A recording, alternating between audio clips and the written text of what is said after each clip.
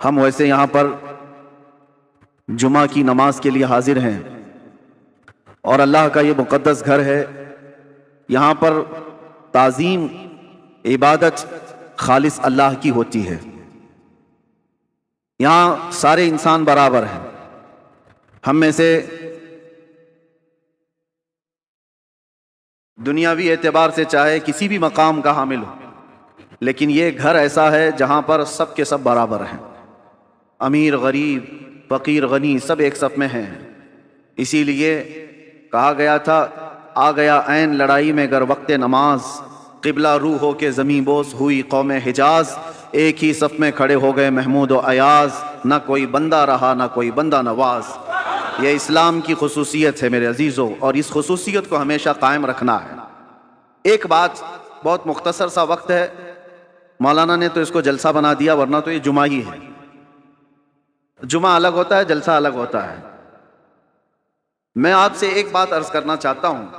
برسوں سے آپ اس عبادت خانے میں یا جہاں پر بھی اپنی پیشانی ٹیکنے کے لیے جاتے ہیں، بچپن سے تو آپ مسجدوں میں جا رہے ہوں گے. ایک مسجد ایسی کوئی مجھے بتا دو جہاں خدا کی کوئی تصویر لگائی گئی ہو. کہیں ہے؟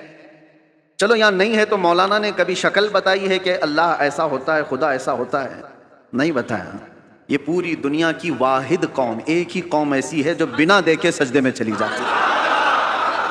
ہر قوم کو دنیا میں جا کر کے آپ دیکھنا، سرچ کر کے، سب کو جھکنے کے لیے کوئی نہ کوئی مورتی کی ضرورت ہوتی ہے. وہ سامنے دیکھتے ہیں پھر جھکتے ہیں.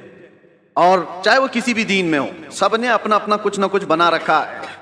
عیسائی اگرچہ خدا کی عبادت کی بات کرتے ہیں، لیکن انہوں نے مریم اور حضرت عیسیٰ علیہ السلام کی بھی مورتیاں بنا لی ہیں. یہودی اگرچہ اللہ کی عبادت کی بات کرتے ہیں، لیکن نبیوں کی مورتیاں انہوں نے بھی بنا رکھی ہیں. جتنے مذاہب ہیں انہوں نے سب نے اپنی اپنی جھکنے کے لیے کچھ نہ کچھ چیزیں بنائی ہیں. یہ پوری دنیا میں ایک ہی قوم ہے، ایک ہی قوم ہے. اسی لیے تو میں عرض کرتا ہوں میرے عزیزو، اللہ تبارک و تعالیٰ نے ہماری اور تمہاری فضیلت میں قرآن کی شروع کی آیتوں میں فرمایا یؤمنون بالغیب. یہ وہ لوگ ہیں جو غیب پر ایمان رکھتے ہیں. آج تک ہم نے اللہ کو دیکھا نہیں، اور لوگ یہ تانا مارتے ہیں کچھ. جیسے ابھی مسئلہ چل رہا تھا کہ ہم سب نے پکارا تھا آئی لو محمد صلی اللہ علیہ وسلم، سیدنا محمد صلی اللہ علیہ وسلم. میرے عزیزو، ہمیں یہ چیزیں راستوں پر یا جلسوں پر اس طرح علی الاعلان کہنے کی ضرورت کیوں پیش آتی ہے؟ جب کوئی درندہ چھیڑتا ہے تو ہمیں پھر اظہار کرنا واجب ہو جاتا ہے. اگر کوئی نہ پوچھے آپ سے تو بتانا ضروری تو ہے نہیں، لیکن جب اگر کوئی چھیڑے تو پھر ہمیں بتانا واجب ہو جاتا ہے کہ ہم اپنے نبی پاک صلی اللہ علیہ وسلم سے اپنی جان سے زیادہ محبت کرتے ہیں. تو کسی ایسے ہی کیڑے مکوڑے نے یہ سوال کیا تھا سوشل میڈیا پر کہ یہ مسلمانوں کو دیکھو جگہ جگہ یہ پرچم اٹھائے ہوئے ہیں کہ اپنے نبی سے محبت کرنے کی بات کرتے ہیں، ان سے ذرا پوچھو کیا انہوں نے اپنے نبی کو دیکھا ہے؟ جس سے آئی لو محمد کہہ رہے ہیں، کیا محمد صلی اللہ علیہ وسلم کو انہوں نے دیکھا ہے؟ اس ظالم کو تو میں یہ جواب دیتا ہوں، بن دیکھے جب یہ حال ہے. ارے دیکھتے تو بات الگ تھی، سر ہتھیلیوں پر لے کر کھڑے ہوتے ہیں. بنا دیکھے یہ حال ہے کہ ہم اپنی ماؤں کو اور اپنے باپ کو بچپن سے دیکھا ہے، باوجود اس کے ہم اپنی ماں اور باپ سے زیادہ اپنے نبی سے محبت کرتے ہیں. یہ اللہ تبارک و تعالیٰ کی طرف سے ہمیں عطا کیا ہوا ہے. میں آپ سے یہ بات کہنا چاہتا ہوں کہ دنیا اسی میں پریشان ہے کہ ایک ایسی قوم ہے، نہ اپنے خدا کو دیکھیے نہ اپنے نبی کو دیکھیے، لیکن دوسروں کی بنسبت اس قوم کا حال یہ ہے دوسروں کو پرچار کر کر کے بلانا پڑتا ہے، اور یہ بنا اعلان کے جمعہ میں بھر جایا کرتے ہیں. آج تک کبھی جمعہ کا پوسٹر لگتا ہوا دیکھا آپ نے کہ اس مسجد میں جمعہ کی نماز ہونے والی ہے؟ بچپن سے کبھی سنا آپ نے؟ ایک اذان ہوتی ہے ساری صفیں بھر رہی ہیں. ہر مسجد کا حال ہے. جمعہ میں کون تمہیں دعوت دے کر بلاتا ہے؟ مؤذن صاحب گھر گھر جاتے ہیں، پوسٹر لگایا جاتا ہے، پرچار کیا جاتا ہے؟ نہیں. اس بات سے تو دنیا خوف زدہ ہے کہ آخر ان کو کون جمع کرتا ہے ان صفوں میں، اور صفوں میں آنے کے بعد کسی کی کوئی وی آئی پی صف نہیں ہے. جو پہلے آیا وہ پہلے بیٹھ گیا. وہ کسان کا بچہ بھی سامنے بیٹھ سکتا ہے، کسی غریب مزدور کا بچہ بھی پہلی صف میں بیٹھ سکتا ہے، اور بادشاہ اگر تاخیر سے آئے تو پیچھے ہی بیٹھا رہے. یہ نظام کہاں سے ہے؟ یہ آج تک ان کو کون بنا کر رکھا ہے؟ دنیا اس بات سے خوف زدہ ہے میرے عزیزو. یہ وہ چیزیں ہیں. جارج برنارڈ شاہ ایک بہت بڑا مورخ ہے انگریز، اور اس نے یہ لکھا ہے کہ بہت سارے دنیا میں ریگولیشن آئے، دنیا میں بہت سارے انقلاب آئے، بڑی بڑی شخصیتیں آئیں، جیسے مارکس کا، لینن کا، اور بھی کئی ایسے بڑے بڑے شخصیات آئی. انہوں نے دنیا کے نظام کو بدلنے کی کوششیں کی، لیکن ان کا انقلاب، ان کا ریولیوشن 100 سال سے زیادہ تک نہیں چلا. ان کے اپنے شاگرد جب تک تھے تب تک ان کے انقلاب میں دم تھا. جارج برنارڈ شاہ کہتا ہے دنیا میں ایک ہی انقلاب میں نے دیکھا ہے 14 صدیوں کے بعد بھی آج بھی پوری طاقت کے ساتھ قائم ہے، اور وہ انقلاب ہے مکہ کی سرزمین سے اٹھا ہوا، محمد رسول اللہ کی زبان سے لایا ہوا، اور مدینے کے بادیہ نشین بغیر چپل کے ایک لباس میں چلنے والے وہ صحابہ کا لایا ہوا انقلاب ہے. اور زمانہ بدلتا گیا، حکومتیں بدلتی گئی، کتنے طوفان آئے، کتنے اندھیریاں، کتنے کیا کیا آئے، لیکن اس انقلاب میں آج بھی وہ دم ہے، آج بھی وہ اثر ہے کہ ایک بار اگر ان کے نبی کو کوئی چھیڑ لے تو پوری دنیا میں یہ سڑکوں پر آ جاتا. یہ بات میں آپ کو اس لیے کہہ رہا ہوں، یہ جان ابھی تک باقی کیوں ہے؟ 1400 سال ہو گئے، یہ جان باقی ہے. آپ کو پتا ہے میں آپ کو بہت بڑی بات کہنے جا رہا ہوں، توجہ. یہ جمعہ آج تک ہمارے سلامت ہیں. کتنے درندے آئے اذانیں بند کرنے کے لیے، قرآن پر پابندیاں لگانے کے لیے، کیا کیا نہیں کیا. 1400 سال یوں ہی نہیں گزرے ہمارے. لوگ کہتے ہیں آج حالات خراب ہیں، اس سے بھی بڑے حالات خراب ہو کے گئے. چنگیز آیا، ہلاکو آیا، جنہوں نے مسلمانوں کی کھوپڑیوں سے مینار بنا دیے تھے، بغداد کی پوری سرزمین کو مسلمانوں کے خون سے لال کر دیا تھا. اس وقت جب اسلام نہیں رکا تو آج کے نشیڑیوں سے کیا اسلام رکے گا؟ کچھ نہیں ہونے والا ہے. لیکن حالات آئے اور گئے. لیکن آج تک یہ جو جان باقی ہے، کون تمہیں جمع کرتا ہے آج؟ ویسے تو مسلمان کسی کی جلدی ماننے والے نہیں، کسی کو قائد بھی نہیں مانتے. کوئی ہمارا ایک لیڈر ایسا ہے نہیں جو سب کو جمع کر دے. اس کے باوجود بھی ان صفوں میں کون جمع کرتا ہے؟ امام کی بھی وہ حیثیت نہیں ہے تمہیں جمع کرنے کی. امام کی حیثیت کو کیا ہے وہ تو ہم جانتے ہیں. ہر مسجد کا وہ بیچارہ وہ اپنے ہی گھر بار کی فکر میں ہے. لوگ اس کو خالی جمعہ اور امامت کے طور پر دیکھتے ہیں، باقی جمع کرنے کی طاقت یہ پوری وہ نہ امام کی ہے نہ مؤذن کی ہے، اور بڑے نیتا کی بھی نہیں. جب ان کا کوئی بڑا نیتا نہیں، کوئی بڑا قائد نہیں، تو یہ لاکھوں کی تعداد میں صفوں میں ان کو ہر جمعہ کون جمع کرتا ہے؟ اور صرف یہاں نہیں، پوری دنیا میں کون جمع کرتا ہے؟ یہ رمق، یہ دمک آج تک ان کے چہروں پر باقی کیوں ہے؟ آج پوری دنیا تمہیں آتنکواد کا ایک لیبل لگانے کے لیے کیا کیا نہیں حربے استعمال کیا، پوری میڈیا کا استعمال کیا. داڑھی دکھے تو لوگ کہیں ٹیررسٹ ہے، ٹوپی دکھے تو لوگ کہیں ٹیررسٹ ہے. سب پروپیگنڈے کے باوجود نہ ٹوپی اتری نہ داڑھی اتری. آج بھی ہے یا نہیں ہے؟ اس لیے میں بتانا یہ چاہتا ہوں کہ یہ رمق، یہ دمک، یہ جان آج تک باقی کیوں ہے؟ اس لیے کہ ہمارا رسول زندہ ہے تو دین بھی زندہ ہے. رسول زندہ ہے اور زندہ رسول کا دین قیامت تک زندہ رہنے والا ہے. ہمارے اندر جو زندگی باقی ہے نا، یہ جو رمق دمک ہے، یہ جو کچھ بھی چمک دمک ہے، صرف اس لیے کہ وہ جو نہ تھے تو کچھ نہ تھا، وہ جو نہ ہو تو کچھ نہ ہو. جان ہے وہ جہان کی اور جان ہے تو جہان ہے. وہ ہیں آج بھی ہمارے درمیان. اسی لیے اللہ کے بڑے عذابات نہیں آتے. قرآن میں اللہ نے فرمایا وَمَا كَانَ اللَّهُ لِيُعَذِّبَهُمْ وَأَنْتَ فِيهِمْ. اللہ اس قوم پر ویسا عذاب نازل نہیں کرے گا جیسے پچھلی امتوں پر کرتا تھا، اس لیے کہ ان کے بیچ میں میرا محبوب آرام فرما ہے. اب جو بات میں کہنے جا رہا تھا وہ یہ، آپ ان مسجدوں میں آئے، کبھی خدا کی تصویر نہیں دیکھی، کبھی خدا کا کوئی چہرہ، کوئی اس کا آکار نہیں دیکھا اور نہ ہی سنا ہے، اور ہم بنا بھی نہیں سکتے. جو آنکھوں میں آ گیا وہ خدا نہیں ہو سکتا. بات سمجھ کے چلو. جو نظروں میں آ گیا وہ خدا نہیں ہو سکتا. خدا کسی چیز میں سما نہیں سکتا، وہ محیط نہیں ہے. اب دوسری بات، یہاں تک تمہاری زندگی باقی ہے. دوسری ایک بات، جب بھی آپ مسجدوں میں جاتے ہیں، امام صاحب سے کیا قرات سنتے ہیں؟ فجر میں، مغرب میں، عشاء میں تو بلند آواز سے قرات ہوتی ہے، سن تو لیتے ہوں، جمعہ میں بھی ہوتی ہے. جب بھی آپ آتے ہیں رکعت باندھنے کے بعد امام جو ہے پہلے کیا پڑھتا ہے؟ الحمدللہ ہی پڑھتا ہے نا، سورہ فاتحہ ہی پڑھتا ہے، الحمدللہ رب العالمین. سب خاموشی سے سنتے ہیں، سالوں سے سنتے آ رہے ہیں، سالوں سے. تو کبھی آج تک ایک مقتدی جو امام کے پائجامے کے پیچھے تو لگا رہتا ہے، امام کی ناڑی کہاں بندھی ہے وہ تو دیکھتا رہتا ہے، امام کہاں جا رہا ہے کہاں نہیں یہ تو دیکھتا رہتا ہے، ایک بار بھی کوئی مقتدی آ کر کے نہیں کہا کہ بہت پرانی ہو گئی سورہ کوئی نہیں تو پڑھو؟ کبھی کہا کسی نے؟ بلکہ حالت یہ ہے کوئی نہیں کہتا امام سے کہ کیا مولانا ہر دن تو سورہ فاتحہ پڑھتے ہی ہو، ہر دن سورہ فاتحہ پڑھتے ہو. کوئی نہیں کہا کہ یہ پرانی ہو گئی نیا کچھ لے کے آؤ، نہیں، بلکہ اگر امام نیا کرنے کی کوشش کرے تو قوم اس کو سیدھا کر دے گی.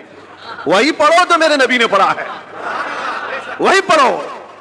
کیوں آج تک کوئی بھی چیز جب ہم دیکھتے ہیں کنٹینیو، بریانی 4 دن کنٹینیو نہیں کھائی جا سکتی، 5 دن روز دال چاول بھی نہیں چلتا. انسان کی طبیعت ایسی ہے کہ ہر چیز اس کو بدل بدل کر کے چاہیے. نہیں چاہیے، لیکن اس میں کبھی نیا کا تصور بھی نہیں آتا. کیوں؟ ایک یہ چیز. دوسری چیز میں نے بتایا، مسجدوں میں ہمارے قرآن وہی ہے، سورہ فاتحہ سے شروع کرتا ہے امام، اس کے بعد چاہے قرآن میں کہیں سے بھی پڑھے، سورہ فاتحہ تو پڑھتا ہے، لیکن کسی مقتدی کو آج تک اس بات پر کوئی شکایت نہیں ہے. تیسری ایک اور چیز، تمہارا کلمہ کیا ہے؟ لا الہ الا اللہ محمد رسول اللہ. ایک کلمہ ہے. تمہارے باپ کا کلمہ کیا تھا؟ اور دادا کا کلمہ کیا تھا؟ پر دادا کا کلمہ کیا تھا؟ صدیوں سے ایک ہی کلمہ چل رہا ہے، ایک ہی کلمہ ہے، لا الہ الا اللہ محمد رسول اللہ. یہ کلمہ کبھی آپ نے اپنے ابا سے بھی نہیں پوچھا، مولانا سے بھی نہیں پوچھا، بہت سال ہو گئے کوئی نیا کلمہ تو لاتے ہیں، تھپڑ لگے گا کہ نیا نہیں اس میں یہی پرانا ہے. بلکہ حالت یہ ہے دوسرا کوئی ڈائلاگ ہو، کوئی گانا ہو، کوئی بھی چیز ہو، 4 مہینے 6 مہینے چل سکتی ہے، سال بھر 2 سال، اس کے بعد وہ سننے کو دل نہیں کرتا. آدمی چاہتا ہے کہ پرانا ہو گیا، اب کچھ نیا سناؤ. کلمہ طیبہ کو کوئی بھی امتی یہ نہیں کہتا پرانا ہو گیا. ارے 70,000 بار بھی پڑھیں تو اس میں جدت اور لذت اور آتی، کبھی پرانا نہیں ہوتا. یہ ایسی چیزیں تمہارے پاس ہیں، تمہارے پاس ہیں. یہ جمعہ کی جماعت، یہ قرآن کی حقانیت، یہ کلمہ طیبہ کی جدت جو ہر زمانے میں ہے، کیا یہ تمام چیزیں اس بات کا ثبوت نہیں ہے کہ اسلام زندہ ہے اور قیامت تک زندہ رہنے والا ہے؟ کسی بھی جگہ پر تمہیں یہ چیزیں نہیں مل سکتی. ہر جگہ بہت کچھ بدلاؤ ہے. ہاں میں بتا سکتا ہوں چیلنج کے ساتھ، دنیا کا کوئی بھی مذہب ہو، بلائے کتابیں اور ہم بتاتے ہیں اس کے کتنے کتنے نسخے ہیں، کتنے کتنے. بائبل میں آج کتنے نسخے، 70 سے زیادہ نسخے الگ الگ ملتے ہیں. یونان میں الگ ہے اور یورپ میں الگ ہے. جو انجیل، Bible, old testament, new testament سب بدلی ہوئی ہیں. اور ہمارے ہاں کی کتابیں، ہمارے دیش میں جو بہت ساری مقدس کتابیں مانی جاتی ہیں، ان میں بھی ہیر پھیر، ادھر ادھر بدلاؤ الگ الگ ہے. لیکن افریقہ سے لے کر امریکہ تک، ہند سے لے کر کے آپ کسی بھی کونے تک جاؤ، قرآن سورہ فاتحہ سے شروع ہوتا ہے، والناس پر ہی ختم ہوتا ہے. فرقے بہت ہوئے دین میں، اسلام میں بہت سارے فرقے ہوئے، لیکن اس میں کسی کا اختلاف نہیں آیا. قرآن کے 30 پارے اور 114 سورتیں جو صحابہ کے زمانے میں تھی وہ آج بھی وہی موجود ہے. اس کلام پاک پر کسی کا اثر کیوں نہیں ہوا آج تک؟ کوئی قرآن نہیں بدل پایا، کوئی ایک پارہ تو چھوڑو، ایک سورہ تو چھوڑو، ایک حرف بھی نہیں بدل پایا، زبر زیر اور نقطے بھی اس کے بدل نہیں پائے. 1400 سال سے ایک کتاب چلی آ رہی ہے، اس کتاب کو کوئی نہیں بدل پایا. اے مسلمانوں، میں تمہیں یہ فخر والی باتیں بتا رہا ہوں، اس سے بڑھ کر کے دولت جاؤ ڈھونڈ کر کے نکالو، کسی کے پاس نہیں مل سکتی. پھر تم کس بات کے مایوسی میں جیتے ہو ہمارے پاس کچھ نہیں ہے؟ اتنی بڑی دولتیں جس کے پاس ہے اسے سر جھکا کر نہیں، سر اٹھا کر جینا چاہیے. دنیا میں سر اٹھا کر کے جیو. اللہ رب العزت کے دی ہوئی یہ ساری نشانیاں تمہارے پاس موجود ہیں. چلو ہم کہانیوں، جس کو یہ لوگ کہتے ہیں کہانیاں ہیں، غوث پاک کی کرامت سناؤ تو کہیں کہانی ہے، غریب نواز کی کرامت سناؤ تو کہیں کہانی ہے، حضور پاک صلی اللہ علیہ وسلم کے معراج کا واقعہ سناؤ تو کہتے ہیں کہانی ہے. تم کو یہ لگتا ہے پرانی باتیں کہانیاں ہیں تو ٹھیک ہے، لیکن جو قرآن آج تک موجود ہے اس کا جواب تو لا کر کے دے دو. یہ جو قرآن ہے یہ تو کہانی نہیں، تمہارے پاس ہے. اور قرآن جگہ جگہ چیلنج کرتا ہے. اللہ خود فرماتا ہے فَأْتُوا بِسُورَةٍ مِّن مِّثْلِهِ، اگر ہمت ہے تو اس کی طرح کی ایک سورہ بنا کر کے لاؤ. اور یہ 1400 سال پہلے کیا ہوا چیلنج ہے. آج تو دنیا بہت ترقی کر چکی ہے، ٹیکنالوجی میں کہاں تک جا چکی ہے. پیٹروٹ میزائل اور منٹوں میں ادھر سے ادھر سفر کرنے والے، ان سارے ٹیکنالوجی کے بادشاہوں سے کیوں نہیں پوچھتے کہ ایک قرآن کیوں نہیں بنا پاتے، کیوں نہیں لائے؟ میرے عزیزو، اللہ کا یہ وعدہ ہے. اللہ فرماتا ہے قُلْ لَئِنِ اجْتَمَعَتِ الْإِنسُ وَالْجِنُّ عَلَىٰ أَن يَأْتُوا بِمِثْلِ هَٰذَا الْقُرْآنِ لَا يَأْتُونَ بِمِثْلِهِ وَلَوْ كَانَ بَعْضُهُمْ لِبَعْضٍ ظَهِيرًا. اے رسول پاک آپ کہہ دیں سارے انسان مل جائیں، سارے جنات مل جائیں، سب مل کر کے ایک دوسرے کی مدد کر کے ایسا قرآن بنانا چاہیں، اللہ فرماتا ہے تب بھی وہ نہیں لا سکیں گے، نہیں لا سکیں گے. اللہ کا وعدہ ہے. تو آج تک جو اس کتاب کا مثل نہیں لا سکا، وہ کتاب تمہارے پاس ہے، وہ قرآن تمہارے پاس ہے. مجھے بتاؤ اس سے بڑھ کر کے دولت اور کیا ہے؟ اس سے بڑھ کر کے دولت کیا ہے تمہارے پاس؟ یہ زندہ جاوید معجزے ہیں. اب یہ سب چیزوں کے بعد پھر میں آپ سے اخیر میں اتنا کہنا چاہوں گا، جس کے پاس اتنی قیمتی چیزیں ہیں اس کو اعلیٰ حضرت کی بات سننا چاہیے. اعلیٰ حضرت کیا کہتے ہیں؟ سونا پاس ہے، سونا بن ہے، سونا زہر ہے. اٹھ پیارے، 3 بار سونے کا لفظ استعمال کیا. سونا پاس ہے تیرے، اس کا مطلب کیا ہے؟ گولڈ. سونا پاس ہے، سونا بن ہے. بن کہتے ہیں جنگل کو. سونا جنگل سنا ہے نا، خالی پڑا ہوا جنگل ہے جہاں درندے، اس کو سونا جنگل کہتے ہیں. یعنی سونا پاس ہے تیرے، گولڈ پاس ہے.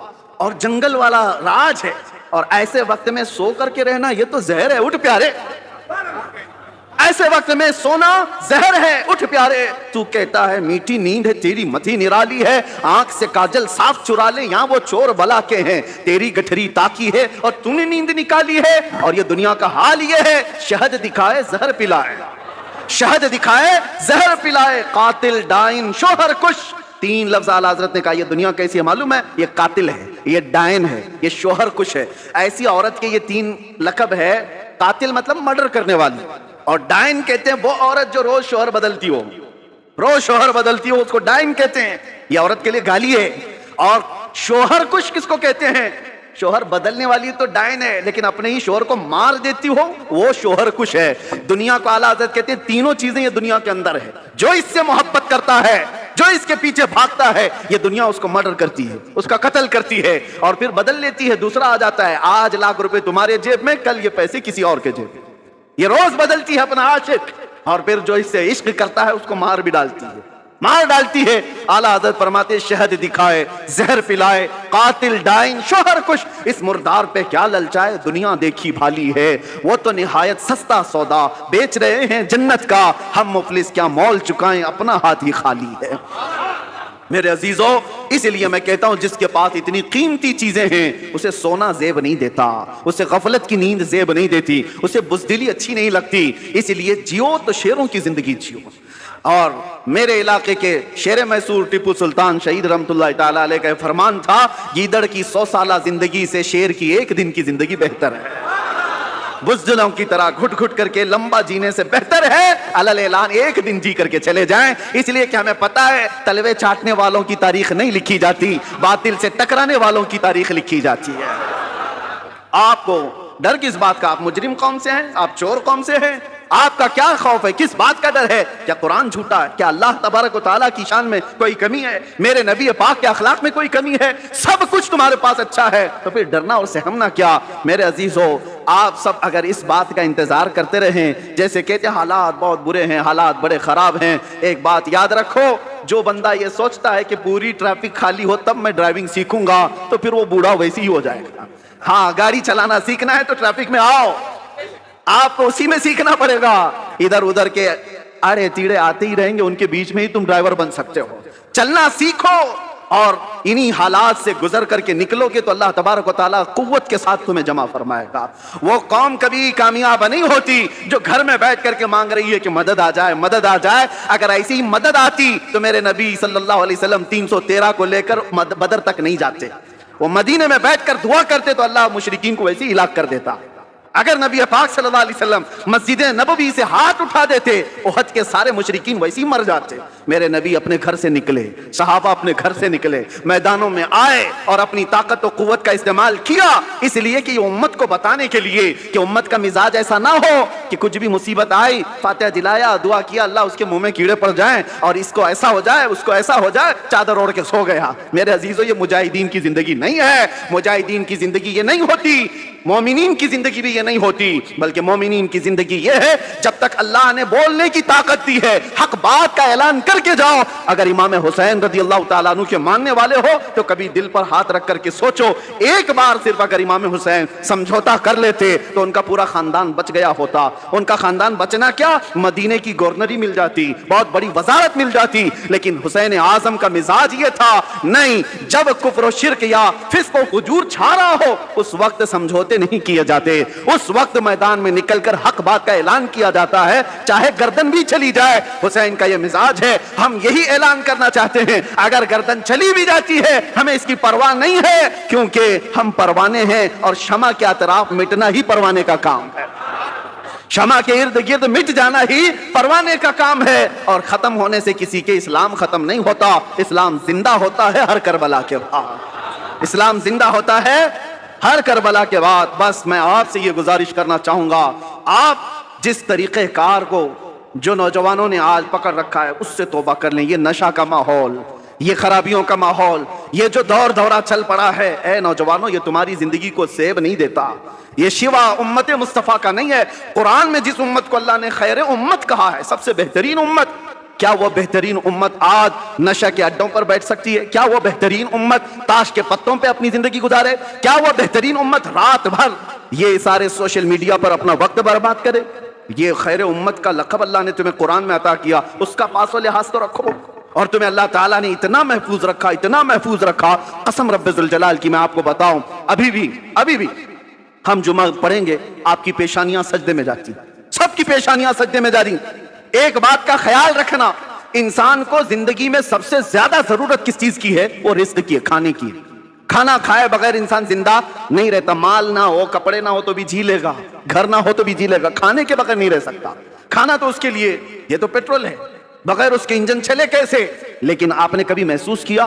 بکری کو بھی کھاتے ہوئے دیکھا آپ نے، بیل کو بھی کھاتے ہوئے دیکھا، بھینس کو بھی کھاتے دیکھا، اونٹ کو بھی دیکھا ہوگا، جس کو بھی دیکھا ہوگا. جانوروں میں اکثر و بیشتر، اکثر حتیٰ کہ شیر کو ہی لے لو، وہ جب بھی کھاتے ہیں تو چاٹ کے کھاتے ہیں زمین پر. کھانا کچھ بھی ڈالو آپ چارہ، بکری سر جھکا کر کھائے گی، بیل سر جھکا کر کھائے گا، بھینس سر جھکا کر کھائے گی. لیکن قربان جاؤ رب تبارک و تعالیٰ کی اس عطا پر کہ اللہ نے تمہارا سر رزق کے سامنے بھی جھکنے نہیں دیا. کیوں؟ جو سب سے زیادہ ضروری ہے تمہاری زندگی میں وہ رزق ہے. رب تعالیٰ نے ہاتھ دیے اٹھاؤ اور کھاؤ، اس لیے کہ پیشانی اس رزق کے سامنے نہیں جھکنی ہے، رزاق کے سامنے جھکانا ہے، رزاق کے سامنے جھکانا ہے. اس پیشانی کو اللہ نے اتنا محفوظ رکھا ہے، اتنا محفوظ کہ ہم اپنی سب سے زیادہ ضرورت مند چیز پر بھی نہیں جھکتے. نہ ہم اولیاء کے سامنے جھکتے ہیں، نہ ہم رسولوں کے سامنے، نبیوں کے سامنے، کسی کے سامنے سر جھکانے کی اجازت نہیں ہے. سجدہ کرنا ہے تو صرف اور صرف اللہ رب العزت. یہ ہماری شریعت ہے کہ نہیں ہے؟ سجدہ کسی کے لیے نہیں جائز. اللہ کے نبی نے فرمایا ہے اگر سجدہ اللہ کے علاوہ کسی اور کے لیے جائز ہوتا تو اللہ تبارک و تعالیٰ سب سے پہلے اپنے نبی کو سجدہ کرنے کا حکم دیتا. اللہ کے بعد سب سے بڑا مقام رسول اللہ کا ہے. یہ پیشانی اتنی محفوظ اللہ نے رکھی، خالص اپنے لیے بنایا، اپنے لیے بنایا. آج اس پیشانی کا ہم کہاں استعمال کر رہے ہیں؟ کس کے سامنے جھک گئے؟ اسی لیے میرے عزیزو، اگر تم دنیا کے سامنے جھکتے رہو گے ذلیل ہوتے ہی رہو گے، ذلیل ہوتے ہی رہو گے. اور ایک جگہ نہیں، 1000 جگہ جھکنا پڑے گا، 1000 جگہ. اور اقبال اسی کو کہتا ہے، وہ ایک سجدہ جسے تو گراں سمجھتا ہے، وہ ایک سجدہ جسے تو بھاری سمجھتا ہے، ارے 1000 سجدوں سے دیتا ہے آدمی کو نجات. ایک بار یہاں جو جھک گیا اللہ اس کو دوسری جگہ جھکنے نہیں دیتا. تمہاری پیشانیوں کو محفوظ رکھتا ہے. الحمدللہ ہم نے پریکٹیکل دیکھا بھی ہے یہ ساری چیزیں کہ اللہ اس کے رسول کے لیے جو مضبوطی سے کھڑا ہوتا ہے اللہ حالات اس کے لیے ویسی ہی مناسب فرما دیتا ہے. ہم نے اپنے سفر میں دیکھیں کیسوں کو دیکھا ہے. ہم لوگ یہ سوچتے ہوں گے وہاں ایسا ہو رہا ہوگا، ویسا ہو رہا ہوگا، بہت کچھ باتیں افواہیں اڑتی رہتی ہیں. لیکن ہم نے جو دیکھا ہے اچھوں کے دلوں کو نرم ہوتے ہوئے بھی دیکھا ہے. ہم کھڑے ہیں تو کچھ لوگوں کو تعظیم کرتے ہوئے بھی دیکھا ہے. 9 گھنٹے کا سفر کیا اور وہ بھی ڈپارٹمنٹ کے سارے لوگ بندوق تانے ہوئے، ہتھکڑیاں باندھے ہوئے، سارے ایسے بھی سفر کیے. لیکن اللہ رب العزت کو گواہ بنا کر آپ کے سامنے عرض کرتا ہوں، جب نماز کا وقت آتا، مغرب ہو جائے، عشاء ہو جائے، اس بھری گاڑی میں بھی اگر میں کہتا مجھے نماز پڑھنا ہے، سارے روک لیتے اور ہماری نماز بھی پڑھا دیتے تھے. ہمارا اپنا کوئی نہیں تھا. وہ گن تانے ہوئے لوگ بھی ہمیں ہماری چادر پر نماز پڑھنے کی اجازت دیتے تھے اور نماز پڑھ لیتے تھے. کئی مرتبہ گاڑی کو رکایا گیا، وہاں نمازیں ادا ہوئی. میں یہ اپنی تعریف میں نہیں کہہ رہا، اس بات کے لیے کہہ رہا ہوں کہ رب کے سامنے جو جھکتا ہے اللہ دوسروں کے سامنے جھکنے سے بچا لیتا ہے اور راستے اس کے لیے اللہ ہموار فرماتا ہے. تم بہانے کرتے رہو گے، 1000 بہانے آتے رہیں گے. ایک بار اللہ کی بارگاہ میں اپنے آپ کو سپرد کر کے تو دیکھو، اگر دنیا ایک دروازہ بند کرتی ہے مولا 70 دروازے کھول دیتا ہے. رب تبارک و تعالیٰ کہنے سننے سے زیادہ عمل کی توفیق عطا فرمائے. ویسے یہ جلسہ نہیں تھا، یہ جمعہ ہے، لیکن بہرحال آپ کا جوش جمعہ کو بھی جلسہ بنا ہی دیتا ہے. بہرحال اللہ تبارک و تعالیٰ میرج کی سنیت کو ہمیشہ شاد و آباد رکھے، اولیاء کاملین کے غلاموں کو اللہ تعالیٰ خوشحال رکھے اور ہر گھر کی سنیت اور یہاں کے عقیدہ اہل سنت کو اللہ محفوظ رکھے. قیامت تک تمہاری نسلوں میں مولا عاشقان مصطفیٰ پیدا فرمائے. ہماری اولاد کو، ہمارے خاندانوں کو اللہ بد عقیدہ اور گمراہ ہونے سے محفوظ فرمائے.